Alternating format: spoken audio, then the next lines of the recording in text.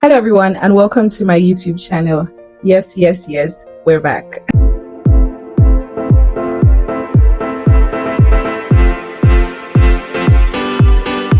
So I don't know about you, but for me, for the longest time, there was a stigma around failure. It was as though it was a taboo. You shouldn't even talk about it. Like, what is failure? Why should I fail? Why should anybody fail? In fact, matter of fact, do not fail.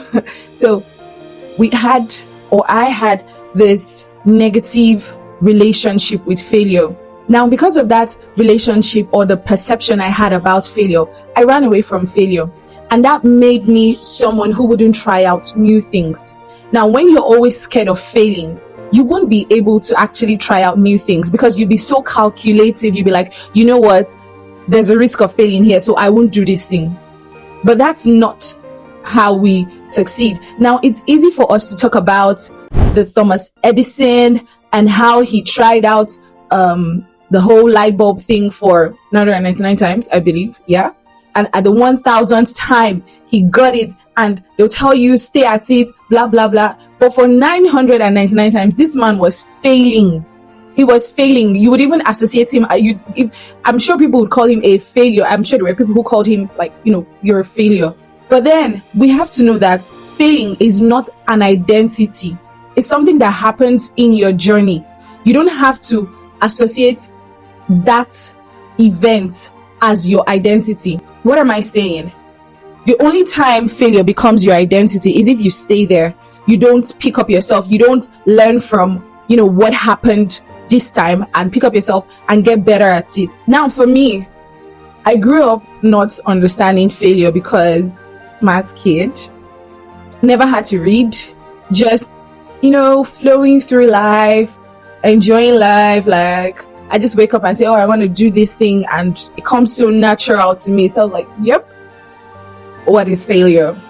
And I remember one time my dad had this teaching series we were doing about failure, and it explained these things, but somehow I just did not relate to it because I hadn't ever known failure at the time, and it wasn't something that I would hear in a positive light. So it just didn't make sense to me to even consider failing at anything. Now, I'm not saying you should decide like, oh, I want to fail. No, but it's part of your process. It's part of your journey.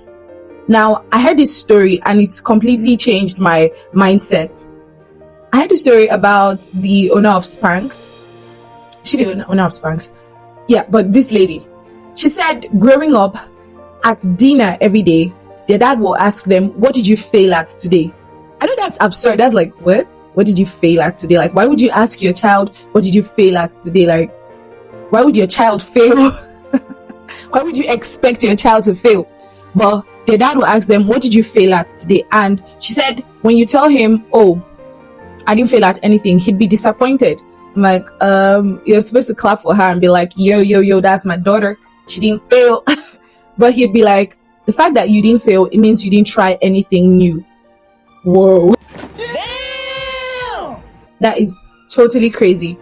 But if you think about it, every time you say, oh, I didn't fail, it means you didn't try anything. Now, you can try it and at the first go, you succeed, and that's great.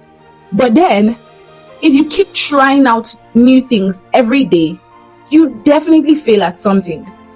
It's just what it is. But then you don't call yourself a failure. You just say, oh, yeah, I failed at this thing, but I'm going to tweak this, I'm going to adjust this, and I'm going to get better. So failure is part of your process. It's part of your journey. And for the longest time, I felt like failure was my identity or was an identity. So I ran away from it. I was so scared of failure that it would keep me there. I was so scared to try anything new. It was like, even with YouTube, coming back to YouTube is me saying, yeah, whatever. Let me fail at it. Let me fail at it. And yeah, at least I tried, because I know I started YouTube a couple years back. And in that season of my life, honestly, I shouldn't have had a YouTube channel because a lot was happening. But I mean, I started it, and then I didn't even say I failed because I think I had 300 subscribers. And yes, I know we're doing the numbers in this day and age of people having 1 million subscribers, across all boards, TikTok, Instagram, and everything. But if you're given the opportunity to talk to a room of 300 people, do you know what that is? Even 100, even 50, that is a lot. So yes, I want to grow, but then 300 is a number that is so great. In my opinion, it is actually a very great and significant number. So then how can you use failure? I think the greatest way to use failure is as a redirection. I know people will be like, oh, every time you fail, just know that that's a redirection. And then you'll be like, yeah, motivational speakers. But it is the truth. Every time you fail at something, it means you have to tweak it. I'm not saying, oh, fail at one thing the same way 100 times. I'm sure with Thomas Edison, he changed something every time he failed till he got it right.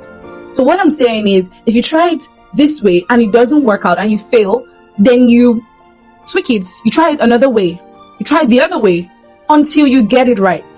So that is how to use failure. Use it as a motivation that, oh, I tried something and I didn't get it right. Just keep trying in different ways. You go study it again. You write out the patterns. What did I do? What made me fail? And then it's not bad to look at the success stories of others and then compare. Like, okay, not compare as in, oh, I'm a failure and this person is a success. No, what did they do right? How did they get this thing right? Right? So that's the way to use failure as a redirection. You don't just sit there and conclude that, oh, your life is just that, a failure. No, don't ever take failure as your identity, because it's not. It's just part of your process. It's just part of your journey. I think there's this quote by John C. Maxwell, I believe. I'll just put it on the screen. Failure is not final and success is not ending. I think that is the quote. But basically what it means is that you don't sit in your failure and say, oh, that's the end of it for me. And then you don't also sit in your success and say, oh, I'm at the zenith of everything and then I don't need to do anything. No. Even when you succeed, you try out new things again. So that's just life. It's part of the process. Neither failure nor success are your destination. They are all parts of your journey. So you don't have to sit in either of them and, just be there. No, you have to keep moving. You have to keep doing things. You have to keep trying out new things. Now I have healed my relationship with failure and I have come to love failure and see it as a part of my journey. Now I will be trying out new things and I want you to do that too, because I don't think there is anybody that is innately a failure. I don't think so. I think that people have this negative perception or this misconception about around failure, and then they just decide, if I fail at this thing, then I'm not good for anything. Now you can even fail at one thing 100 times and you realize that thing is not for me, it's not my thing, and then you try out something else and you see it's working. All you have to do is just keep moving. Don't tie yourself down to this event like, oh, I failed here, so then I can never succeed at something else. No. You always have to keep moving. You just have to keep moving. I'm just going to throw this in there. You have to know what success is to you, what success means to you as a person, not just what success or how success is defined by the world in general. What is success to you? Some people, success is having their family and just being able to provide for them. And that's okay. Success doesn't have to be one thing for everybody. So know what success is to you, what gives you joy. I mean, as a believer, you should find joy in service to Christ. But then in your personal life, what makes you happy? What sparks up that light within you? Go for it now. When I say go for it as it glorifies Jesus. Don't say, oh, this, that, something that is clearly against the word of God. You're like, oh, that's what gives me. If that's what gives you joy, rewire your mind, okay? Rewire your mind, because something that is against the word of God should not be giving you joy, it should not be success to you, okay? All right, guys, so I'm done talking for today and I'll catch you guys in my next YouTube video. Bye, guys. Oh, don't forget to like, share, leave a comment and subscribe. It's free. And share with your friends. Tell people to come and watch. Yeah. Bye, guys.